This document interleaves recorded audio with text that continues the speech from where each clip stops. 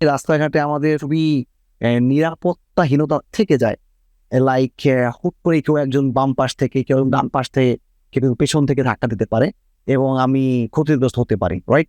তো কিন্তু রাস্তায় এখন প্রচুর পরিমাণ মনোপাত্তিন, anche bicicletta elettronica, প্রচুর পরিমাণ। এবং সবচেয়ে বড় ব্যাপার হচ্ছে যাদের লিমিট থাকার কথা ছিল 25 কিলোমিটার, তো আমরা 16 জুলাইয়ের মধ্যেই এই ইন্স্যুরেন্সটা করে ফেলবো। তাহলে মূলটা হবে ডেফিনেটলি যেমনটা তারেদার ক্ষেত্রেও আমরা জানি।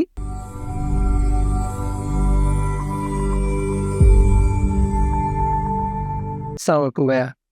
হ্যাঁ, আমরা জানি আমাদের কমিউনিটি এখন অনেক ভাই আছে যারা উবার চালায় মনোপাত্র দিয়ে অথবা ইলেকট্রিক সাইকেল দিয়ে, যাদের স্পিড 25 প্লাস ম্যাক্সিমাম বা হওয়ার কথা আরো বেশি হয়। কিন্তু এর বেশি হওয়ার কথা না, কিন্তু এর বেশি ওরা চালায় এবং অ্যাক্সিডেন্ট হয়ে থাকে।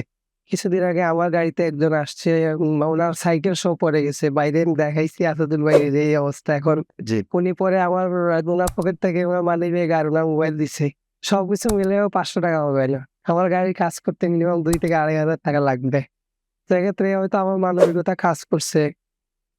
আমি পুলিশ কল করিনি বা আমি উনার ইন্সুরেন্সও চাইনি। তো এইভাবে তো আপনি জানেন যে ওইটা বাধ্যতামূলক হয়ে গেছে। তো এই হয়ে জানতেছি আর কি। হ্যাঁ, হয়ে যাচ্ছে এবং আমরা এও শুনে আসতেছি যে ওইটা এড়িয়েছি, যেটা আমরা বলি। ওইটা অলরেডি চালু হয়ে গেছে এবং ওইটা বাধ্যতামূলক। তো এই ব্যাপারে যদি আমরা আমাদের ভাইদেরকে কিছু সাজেশন দিতেন, কি করা যায় বা কি করতে পারে এই ব্যাপারটাতে হ্যাঁ। আলী ভাই ধন্যবাদ। এটা আসলে যদিও একটু সচেতনতামূলক একটা ভিডিও বললে ভালো হয়। যে আমরা জানি রাস্তাঘাটে আমাদের খুবই নিরাপত্তাহীনতা থেকে যায়। লাইক হুট করে কেউ একজন বাম পাশ থেকে, কেউ ডান পাশ থেকে, কেউ পেছন থেকে ধাক্কা দিতে পারে এবং আমি ক্ষতিগ্রস্ত হতে পারি, রাইট?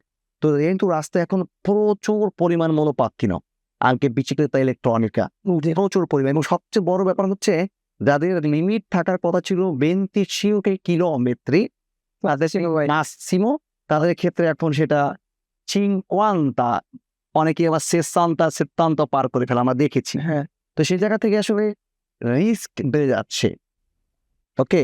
এই রিস্ক বেড়ে যাওয়ার কারণে আসলে আল্টিমেটলি সরকারকে ধন্যবাদ দিতেই হয় যে এই ধরনের বিষয়ে যে আল্টিমেটলি এখানেও ইন্স্যুরেন্সটা চলে আসছে। Assicurazione per RC কি? রেসপন্সাবিলিতা সিভিলে। জি, জি। যখন আমার দ্বারা কারো ক্ষতি হয়ে যাবে, আমার ভেহিকল কারো ক্ষতি হবে, তখন ওই ট্যাক্সর জন্য, ওই মানুষটার জন্য আমার ইন্স্যুরেন্স কি থাকবে? দায় থাকবে। তো এটার জন্য বলব এটা চমৎকার একটা সিদ্ধান্ত। এটা ভালো হয়েছে। তো সেই কারণে এর অব্লিগাটোরিয়া যেহেতু dal 16 luglio, তো আমরা 16 জুলাইয়ের মধ্যেই এই ইন্স্যুরেন্সটা করে ফেলবো। তাহলে মূলটা হবে ডেফিনিটলি যেমনটা তারেদার ক্ষেত্রেও আমরা জানি যে 15ই মে মাস 15 তারিখের পর থেকে একইভাবে মূলটা হওয়ার সম্ভাবনা বেড়ে গেছে। সুতরাং আমাদের যারা ভাই আমাদের ভিডিও দেখে অথবা যারা দেখেন না, হয়তো জানেন বিষয়টা, তারা অবহেলা না করে এই কাজটা করে ফেলা দরকার বলে মনে করছি। ধন্যবাদ ভাই। ধন্যবাদ।